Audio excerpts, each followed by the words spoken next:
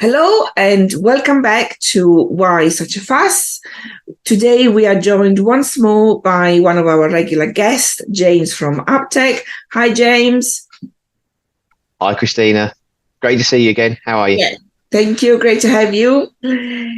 Now, I want to talk about data breaches today, in particularly the most common breaches, which is sending an email to the wrong email address.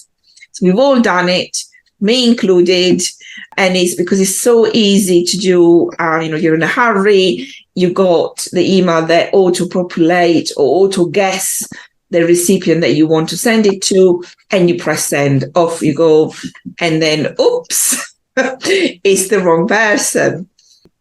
And it's interesting because the RCO in the latest report have actually reported that these type of data breaches are the highest that are reported to them. And they can actually cause real harm, especially when sensitive data is involved. So how do we avoid these data breaches? So these are some of the recommendations from the RCO. You could set rules within your email system to provide alerts and warn email senders.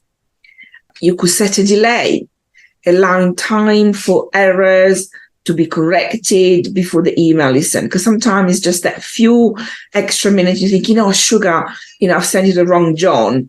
If it's still in your outbox, you can then quickly retrieve it without any damage done. You could also turn off the autocomplete function, and therefore it means that you will then need to type fully the email, so the system no longer suggests the email address, you just type it fully. You could also, within the organization, you could also set up a reward system.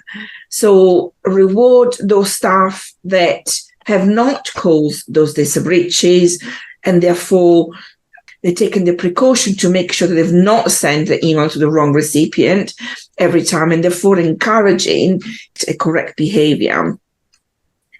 But from a technology point of view, James, is there anything else that an organization could do to probably not eliminate, but reduce such a risk and therefore the number of breaches that are caused by human error, basically? There are. So, as you said, with the delay, there is a function within 365 that allows you to recall an email. So if you've sent it to the wrong person and you're within those first few minutes, you can recall it. I have had to do that myself. Creating the policies within 365. You can also do it within Google Workspace as well for things like you said in removing the autocomplete. That's huge. You can remove that. You can stop that from working, so that it makes life much easier. Also, things like encryption. Make sure that you're encrypting the email. Customize the warning messages. So many of us would have seen that if you've typed in the word attachment or attached, that 365 will automatically think that you are attaching a document. If you've not attached something, it will put up a warning to say, is that there? You can set up specific messages to prompt people to check the people they're sending the message to. So getting someone there that can do it will also help with that. If you're in a larger organization, you can use sensitivity labels. You can do role-based permissions. Role-based permissions means only certain people can email to certain people. So you can then reduce down the risk of them emailing to the wrong person. And sensitivity labels means that you're clearly labeling the confidentiality of that email so that it triggers actions on the email or for the sender. One of the most important things, though, actually comes down to training. Remembering to train people to check who they're sending an email to. So once they've finished writing it, don't instantly click send. Just check that you're sending it to the right John or the right Christina.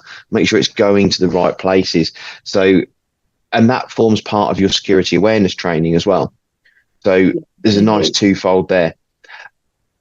And they're predominantly the biggest ways to do it. So, something else you could do if you're still not happy that people are checking that out, you can set a review and approval process. So when an email is being sent, that actually goes to someone to actually read it before it goes out of the building. And they're the ways that you can utilize some of the tools in the back end of 365.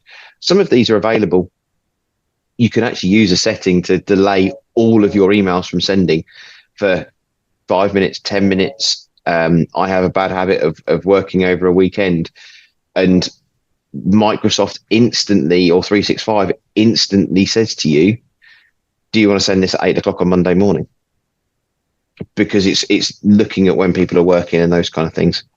Yeah. So there are lots of things you can do from a technology point to help, but it will still come down to people. Yes, absolutely.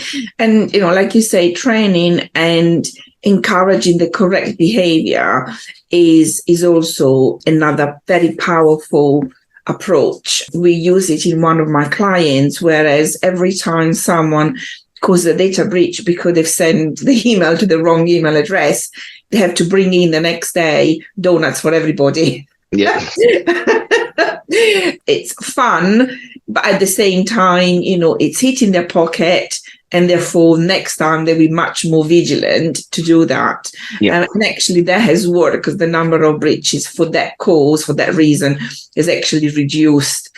But technology is there to enable us, and therefore, we should use it as well as softer people approach. At the end of the day, like you say, people are people. There's only so much the technology can do. We also need to encourage the right behavior and the right thinking, so before you press the send button, check that the address in the recipient box is the correct one. It is the correct John, the correct Julie, whoever you're sending it to. Thank you again, James, for participating in today's episodes. And I'm sure we will see you again. I'm sure you will, Christina. Thanks very much for having me. Cheers. Thank you. Cheers. Bye-bye.